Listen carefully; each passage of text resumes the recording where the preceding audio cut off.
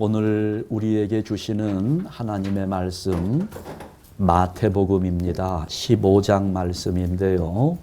다 읽을 수 없어서 둘로 나누어서 읽겠습니다. 7절과 8절을 읽고 이어서 21절부터 28절까지의 말씀 이렇게 둘로 나누어서 읽도록 하겠습니다.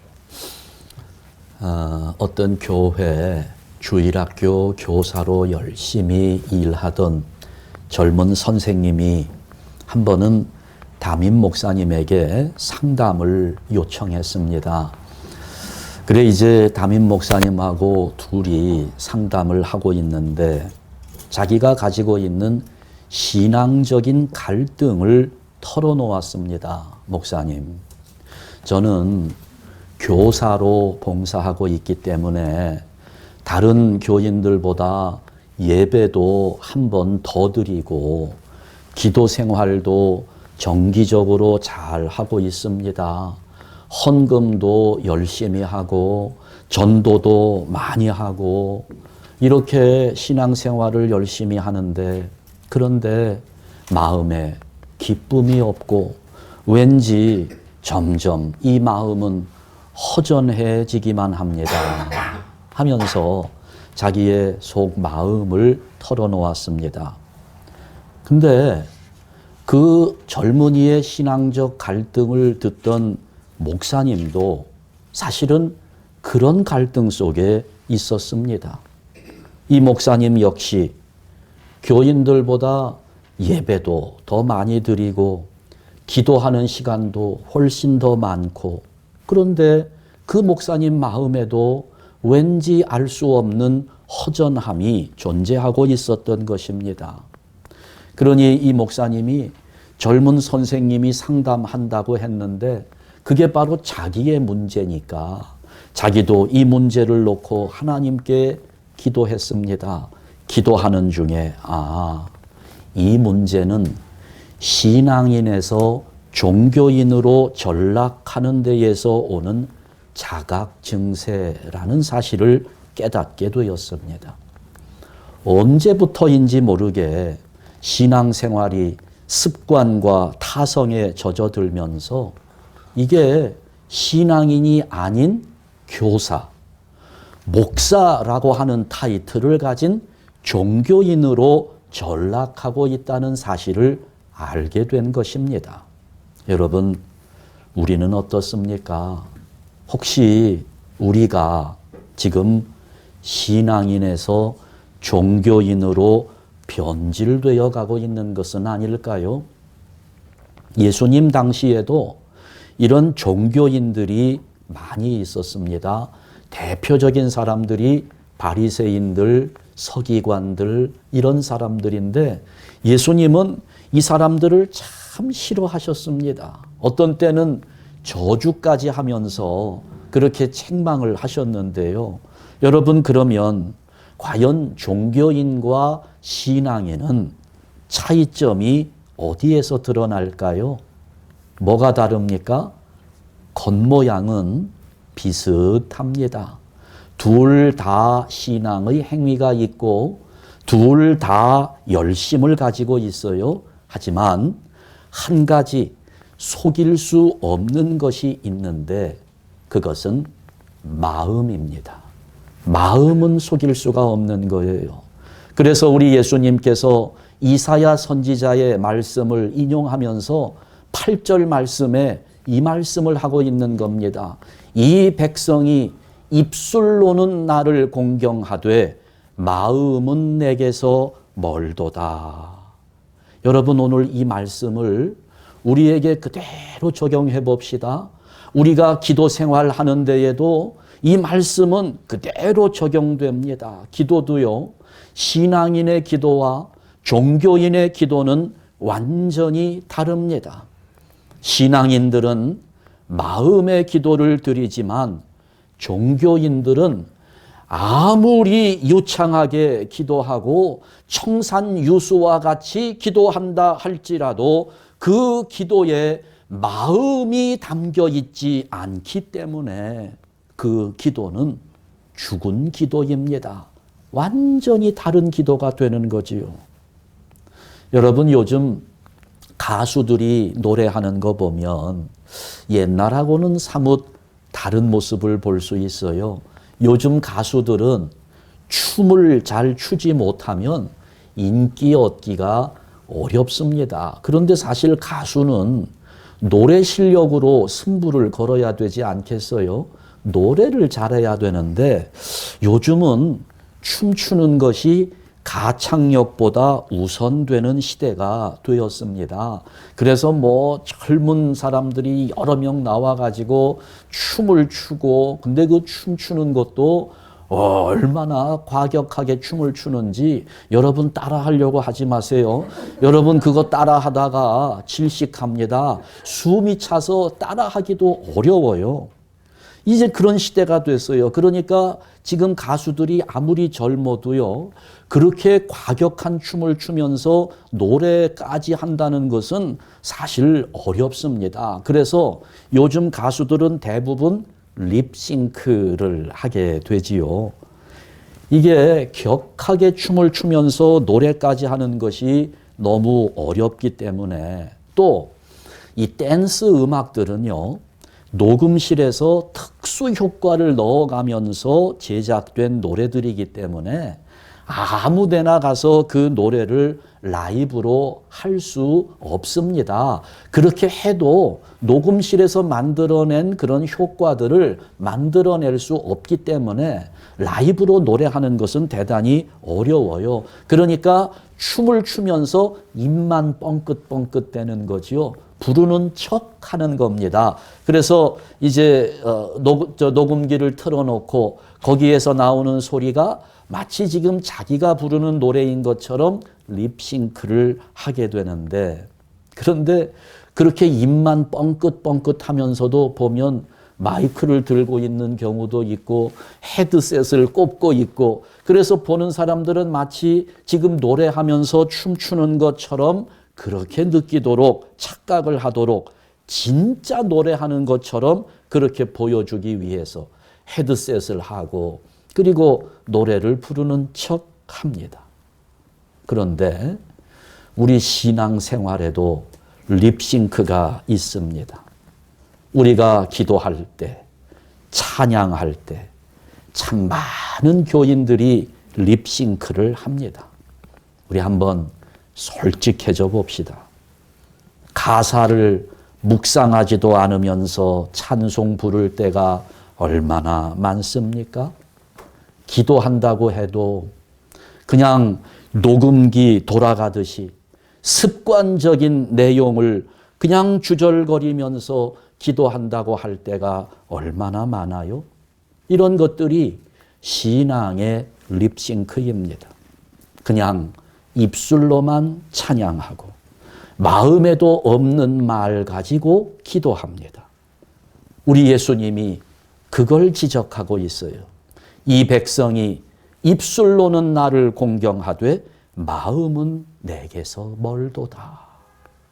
여러분, 우리 하나님은 우리의 마음을 원하신다는 사실을 결코 잊지 맙시다. 아무리 오랜 시간을 기도한다 해도 내 마음에서 우러나오는 기도가 아니라면 그것은 입술만의 기도 아닌 기도가 되어버리고 마는 겁니다. 마음이 담긴 기도를 하나님께 드려야 합니다. 하나님은 그걸 원하고 계세요. 얼마나 청산유수와 같이 얼마나 유창하게 기도하느냐, 이거 중요하지 않습니다.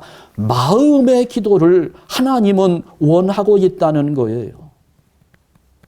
이렇게 우리가 마음의 기도를 드리려면 우리는 신앙의 노련함을 던져버려야 합니다. 우리는 흔히 내 신앙의 연륜을 자랑할 때가 많아요.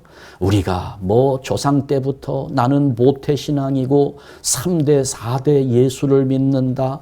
여러분, 사실 그걸로 따지면 저도 빠지지 않습니다. 저도 4대째 예수를 믿는 가정입니다. 제 아이들은 그러니까 5대째 예수를 믿고 있어요. 우리나라 기독교 전파된 시간이 120년인데요. 초창기부터 복음을 받아들인 가정입니다. 그래 우리는 그런 것들을 마치 자랑거리인 양 늘어놓을 때가 많은데요. 그것이 오늘 우리 마음의 기도를 방해한다는 사실을 잊지 말아야 합니다. 먼저 우리가 이 마음의 기도, 하나님께서 정말 원하시는 마음의 기도를 드리려면 이 신앙의 연륜부터 내려놔야 합니다. 신앙의 노련함부터 던져버려야 하는 거예요. 마치 신부가 결혼식장에 조심스럽게 첫 발을 내딛듯이 우리는 조심스런 마음으로 주님 앞에 기도할 수 있어야 하는 겁니다. 이런 기도를 오늘 본문에서 나오는 한 이방 여인에게서 배울 수 있습니다. 이 여인이 우리 주님께 매달렸던 사실을 기억하면서 우리들 또한 마음의 기도를 하나님께 드리기 위해서는 어떻게 해야 할 것인가? 첫 번째로 마음의 기도를 드리기 위해서는 이방인의 자세로 기도해야 한다는 것입니다. 우리나라 옛말에 그런 말이 있어요. 여자가 시집을 와서 아들을 낳으면 앉는 자세가 달라진다. 그런 말이 있습니다. 무슨 말인지 여러분 이해가 되시나요? 아들 한번 딱 낳아 놓으면 그때부터 기세가 등등해진다는 그런 이야기인 것 같죠?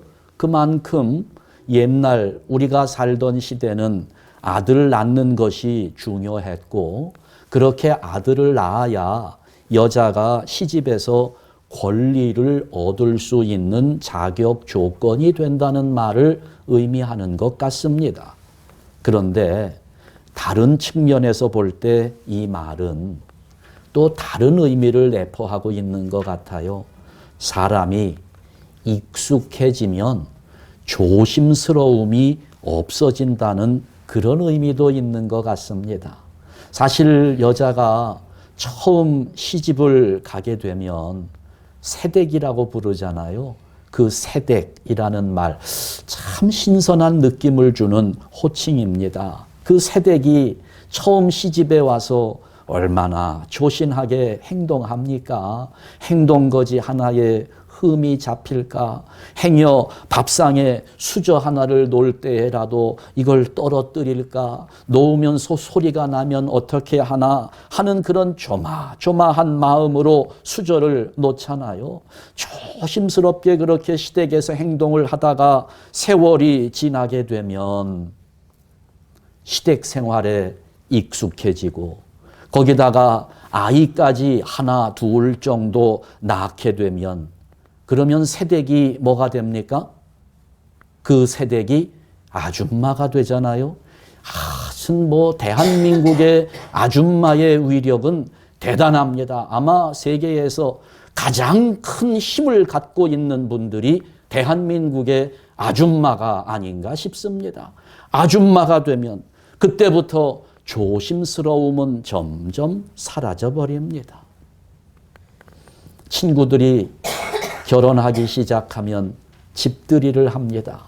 처음으로 만들어 놓은 신혼방에 친구들을 초대하지요. 잘 차려진 상, 대접도 얼마나 준비를 많이 하는지 최선을 다합니다.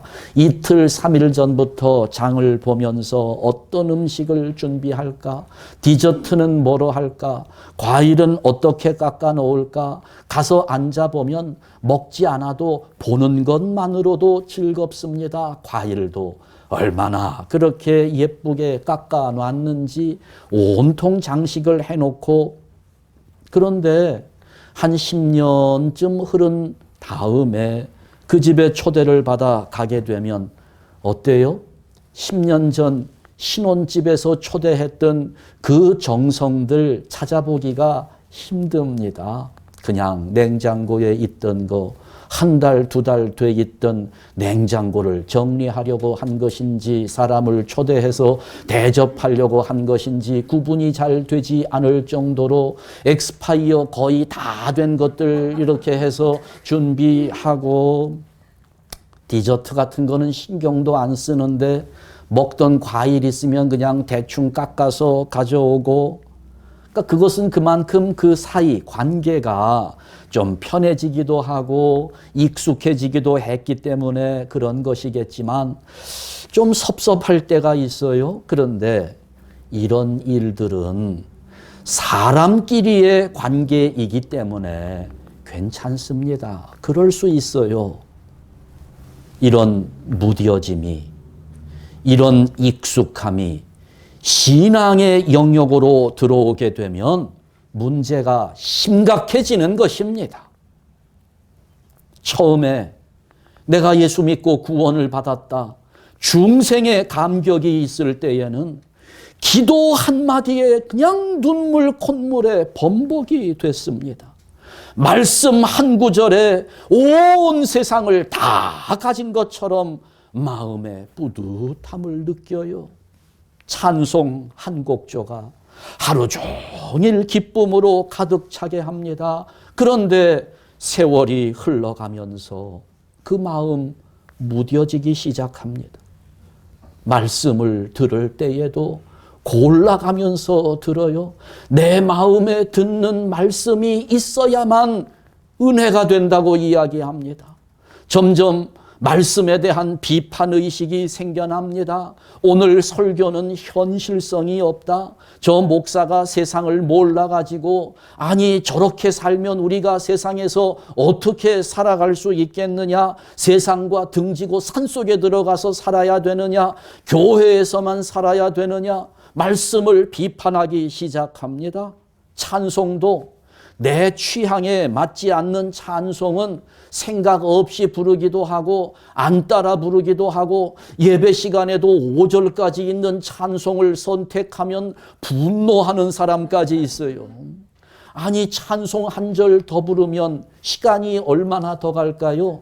찬송 한 절 부르는 게 평균 제가 시간을 재봤습니다. 40초 걸립니다.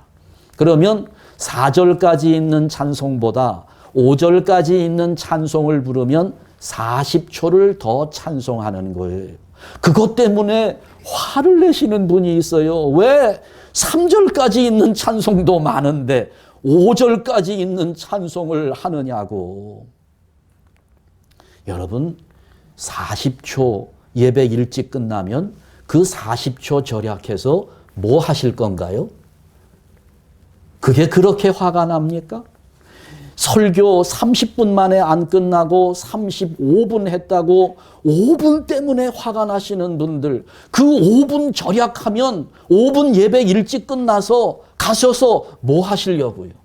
그 5분 가지고 뭘 한다고 그 5분 동안 일해서 돈 벌면 얼마 버시나요? 우리 젊은 사람들 5분 절약하면 그 5분 뭐 하시겠어요? 게임이나 하고 뭐 이런 거 하다가 아니 그게 그렇게 화가 날 일일까요? 이것이 우리의 신앙 가운데 익숙함에서 무뎌짐에서 나오는 결과들입니다. 기도는 더 심각합니다. 신앙의 익숙함 속에서 기도하는데 딴 생각이 들죠. 좀 피곤하면 좁니다. 뭐 정신줄을 놓는 일들이 한두 번이 아니에요. 좀 바쁜 일이 있을 때에는 완전히 뒷전입니다. 기도 나중에 하지. 나중에 언제요?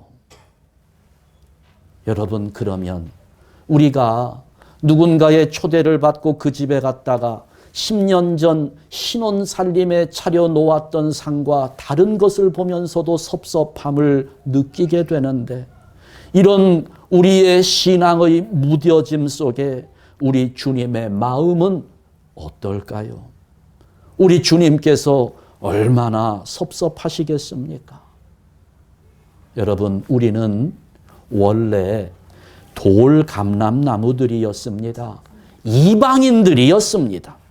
그런데 하나님의 특별한 은혜로 참 감람나무의 접붙임을 받아서 하나님의 자녀가 된 사람들입니다. 이것을 잊지 말아야 합니다. 우리의 원점은 돌감람나무에서 시작했습니다. 지금은 하나님의 은혜로 참 감람나무에 접붙임을 받은 하나님의 자녀가 되었어요. 그러니 이제는 우리가 기왕에 하나님의 자녀가 됐으니까, 이제 우리는 구원 받았으니까, 이제는 우리가 세상에서 생명을 소유한 자가 되었으니까, 이전에 이방인이었을 때, 돌감람나무였을 때 가졌던 그 마음을 버린다면 그러면 어떻게 될까요? 우리 예수님께서 에베소 교회를 책망하실 때 이렇게 책망하셨습니다. 처음 사랑을 잃어버린 우리들에게 책망하시는 말씀입니다. 요한계시록 2장 4절부터 5절까지의 말씀을 보게 되면 너를 책망할 것이 있나니, 다 같이 읽습니다. 너의 처음 사랑을 버렸느니라. 그러므로 어디서 떨어졌는지를 생각하고 회개하여 처음 행위를 가지라. 아멘. 뭘 책망합니까? 네가 가졌던 그 처음 사랑, 예수를 믿고 구원의 감격 속에 눈물을 흘리며 찬송 한 곡조의 그 큰 기쁨을 가지고 말씀 한마디에 자부심을 느끼며 그렇게 했던 그 처음 사랑의 감격을 네가 잃어버렸구나. 네가 그것을 버리지 않았느냐. 우리 주님이 그것을 책망하고 계신다는 겁니다. 그렇기 때문에 오늘 우리가 주님 앞에 나아갈 때에는 예전에 이방인이었을 때의 마음을 갖는 것이 필요합니다. 그래야 간절함을 회복할 수 있기 때문입니다. 오늘 우리 마음에 간절함이 없어졌어요. 기도한다고 해도 간절하게 기도하지 않습니다. 지금 오늘 본문에 나오는 이 여인, 이방 여인은 흉악한 귀신에 들린 딸을 위해서 우리 주님께 간절하게 부르짖습니다. 22절 말씀을 보면 가나안 여자 하나가 그 지경에서 나와서 어떻게 합니까? 소리질러 이르되 주 다윗의 자손이여 나를 불쌍히 여기소서. 내 딸이 흉악하게 귀신 들렸나이다. 그런데 이렇게 소리를 지르면서 외치는데 예수님께서 묵묵부답, 대답을 안 합니다. 무시해버렸습니다. 여인은 굴하지 않아요. 얼마나 시끄럽게 예수님께 부탁을 하는지 제자들이 그러는 거예요. 선생님, 이 여자가 지금 너무 시끄럽게 하니까 이 여자가 하는 말을 들어주시든지. 예수님이 반응을 안 하시니까, 아니면 그냥 돌려보내시든지 어떻게 조치 좀 해달라고 제자들이 간청을 합니다. 그랬더니 예수님 하시는 말씀 24절에 보니까 나는 이스라엘 집에 잃어버린 양 외에는 다른 데로 보내심을 받지 아니하였노라. 이렇게 말씀합니다. 무슨 말입니까? 상관없다는 거지요. 저 사람이 아무리 소리를 질러도 나는 그 사람의 청을 들어주지 못하겠다는 것인데, 이유가 뭡니까? 예수님께서 지금 이 여인을 무시하고 이 여인을 외면하시는 이유는 그 여인이 이방인이기 때문이라는 겁니다. 이스라엘 집에 잃어버린 양 외에는 이방인들을 위해서 내가 보내심을 받지 않았다고 말씀을 하고 있어요. 이방인이기 때문에 내가 들어줄 이유가 없다는 겁니다. 그런데도 이 여인은 더 간절하게 매달리면서 물러나지 않습니다. 왜? 자기가 이방인이기 때문에 더 간절했던 것입니다. 그렇게 매달리지 않으면 나는 이방인이기 때문에 은혜를 받을 수 없다는 것을 알았기 때문입니다. 내가 이방인이니까 더 간절하게 매달려야 할 것이라는 그런 생각이었던 거지요. 이런 간절함이 오늘 우리에게도 있어야 합니다. 결국 이 여인은 이런 이방인으로서의 간절함 때문에 예수님의 응답을 받아냅니다. 예수님께서 28절 말씀에서 이에 예수께서 대답하여 이르시되 여자여 내 믿음이 크도다 내 소원대로 되리라. 아멘. 여러분 이방 여인 여기에서 응답을 받았고 문제가 해결되었습니다. 우리는 여기에서 믿음과 간절함의 상관관계를 이해해야 합니다. 믿음이 크다는 말 어떻다는 걸까요? 우리가 믿음이 크다, 믿음이 좋다 이렇게 이야기하는데 여러분 누구를 가리켜서 믿음이 좋다고 말하시겠습니까? 어떤 사람의 믿음을 크다고 말할 수 있을까요? 믿음이 크다는 것은 간절함이 크다는 것과 비례하는 것입니다. 간절함의 크기가 곧 믿음의 크기입니다. 마음으로 드리는 기도는 이방인의 심정으로 간절하게 부르짖는 것입니다. 오늘 우리 한샘교회 성도 여러분들 마음속에 이런 이방인으로서의 간절함이 더욱 커지기를 바랍니다. 이것이 살아날 때 오늘 우리는 예수 그리스도의 능력을 힘입으며 세상을 이기면서 세상이 감당하지 못하는 믿음의 승리자가 될 수 있는 것입니다. 두 번째, 마음의 기도를 드리려면 나와야 할 곳에서 나오는 결단이 필요합니다. 나와야 합니다. 들어가려면 나와야 한다는 거예요. 지금 이 본문의 사건은 두로와 시돈 지방에서 이루어진 일입니다. 이 시돈이라고 하는 곳은요, 바알 숭배의 본거지였습니다. 우상 숭배를 하는 곳이었어요. 그런데 22절 말씀에서 보면 이 여인은 예수님을 만나기 위해서 22절 다시 한번 앞으로 가주세요. 가나안 여자 하나가 그 지경에서 어떻게 했다고 합니까? 나왔다는 것입니다. 나왔다. 어떤 경계선을 넘었다는 말입니다. 그러니까 이 여자는 예수님을 만나기 위해서 자기의 종교와 관습을 다 버리고 나왔다는 말입니다. 여러분, 이스라엘 백성들이 가나안 땅을 눈앞에 두었을 때도 하나님께서는 동일한 말씀을 주셨는데요.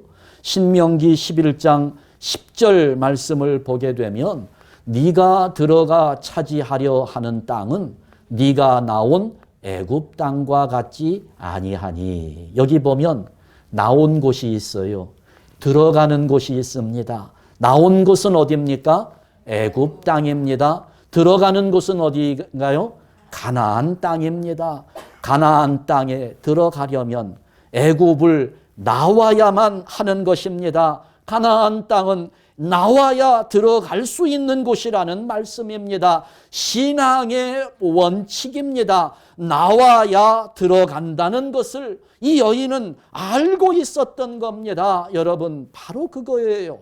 예수님을 만난다는 것은 우리의 과거 옛사람을 벗어버리는 것입니다. 내 마음을 얽어매었던 욕심으로부터 탈출하는 것입니다. 그렇게 예수님을 만나려면 누구든지 나오는 모험을 하지 않으면 안 됩니다. 나와야 들어갈 수 있고 버려야 얻을 수 있는 것입니다. 그런데 요즘에 신앙인들은 애굽의 풍요함과 가나안의 축복을 동시에 누리려고 합니다. 불가능합니다. 나와야 들어갈 수 있어요. 애굽에 남아 있으면서 가나안 땅에도 들어가려고 하는 거예요. 그러나 여러분 잘 기억해 두세요. 새겨 두십시오. 나와야 들어가는 것입니다. 애굽의 풍요함을 포기해야 가나안의 축복이 보장된다는 겁니다. 나와야 들어갈 수 있는 거예요. 기도도 마찬가지입니다. 기도의 세계 속으로 들어가려면 먼저 나와야 합니다. 나오지 않고는 들어갈 수 없는 거예요. 그러니 여러분, 우리가 기도의 문 앞에 설 때마다 내가 나와야 할 곳은 어디인가, 이것을 늘 생각해야 합니다. 우리는 문어발이 아닙니다. 여기저기 양다리 걸칠 수는 없다는 말입니다. 한 곳에 머물러야 합니다. 빌립보서 4장 6절과 7절 말씀을 보면 아무것도 염려하지 말고 다만 모든 일에 기도와 간구로 너희 구할 것을 감사함으로 하나님께 아뢰라. 여러분, 우리가 걱정과 근심의 세계에 파묻혀 있으면 기도의 세계의 문을 열 수 없는 겁니다. 나와야 합니다. 염려 가운데에서 나와야 기도의 세계에 들어갑니다. 근심의 세계에서 나와야 하나님께 아뢰는 자리에 설 수 있는 겁니다. 나와서 여러분, 우리 한샘교회 성도들 기도의 문고리를 잡고 그 기도의 문을 열고 기도의 세계로 들어갈 수 있기를 주님의 이름으로 축원합니다. 욕심에 미련을 두고 있으면 기도의 문 안으로 들어갈 수 없습니다. 기도의 세계 늘 풍성한 곳입니다. 여러분, 기도하는 자리, 하나님께서 베풀어 놓으신 잔치자리임을 믿으시기 바랍니다. 문 밖에 서서 구경하는 것은 소용없습니다. 문을 열고 내가 그곳에 들어가야 누릴 수 있는 잔치자리가 나를 위하여 예비되어 있는 겁니다. 그러니 나와야 합니다. 확실하게 나오는 만큼 그날 우리가 받는 은혜의 크기는 달라지는 것입니다. 오늘도 우리는 기도의 문 앞에 서 있습니다.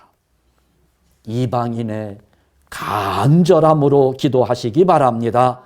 욕심의 방에서 나와 기도의 방으로 들어가서 날마다 하나님께서 베풀어 놓으신 잔치자리를 맛보며 응답을 경험하면서 기쁨으로 믿음의 삶을 이어가실 수 있기를 주님의 이름으로 축원합니다. 기도하겠습니다.